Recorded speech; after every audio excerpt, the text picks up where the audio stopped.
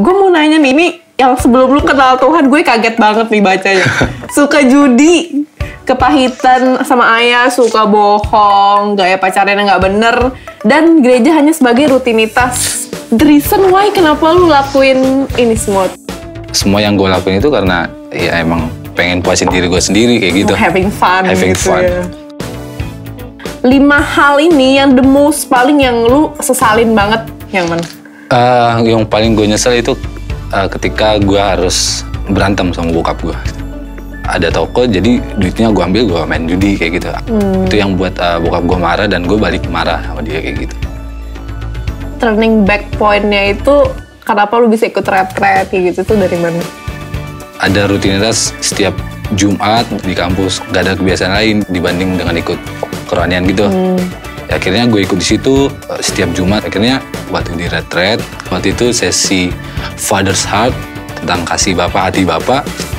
Nah, gue belajar dari situ gitu. Apaan sih hati bapak sebenarnya gitu kan? Gue udah tahu bapak gue kayak gini, kayak gitu. Tapi di saat itu pembicaranya bilang, ketika kamu masih sayang sama bapakmu, orang tuamu itu sebenarnya jauh mengasihi kalian anak-anaknya dibanding dia sendiri sebenarnya. Tapi mungkin cara dia yang salah. Dan gue yang di sisi yang ngerubah gue itu ketika gue share sama teman-teman gue gitu.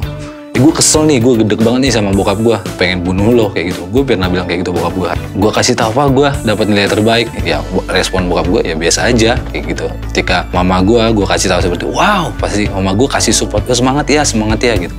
Itu yang buat gue kayak benci banget sama bokap itu karena nggak pernah disupport. Akhirnya teman gue bilang, iya sih sakit hati, tapi lebih sakit hati lagi nggak punya bokap.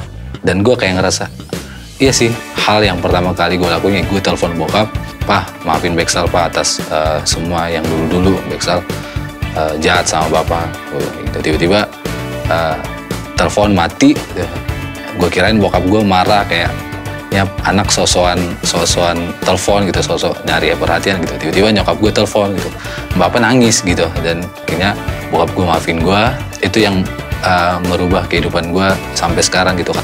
Mulai ketika gue di Jakarta, orang tua di Medan, gue udah mulai bisa telepon bokap gitu. Yang dulunya gue nggak bisa, gue pasti jaim banget. Walaupun gue care sama bokap, gue pasti nanya sama mama kayak gitu. Bokap lu udah maafin lu, terus gimana sekarang kehidupan lu setelah lu melakukan itu semua?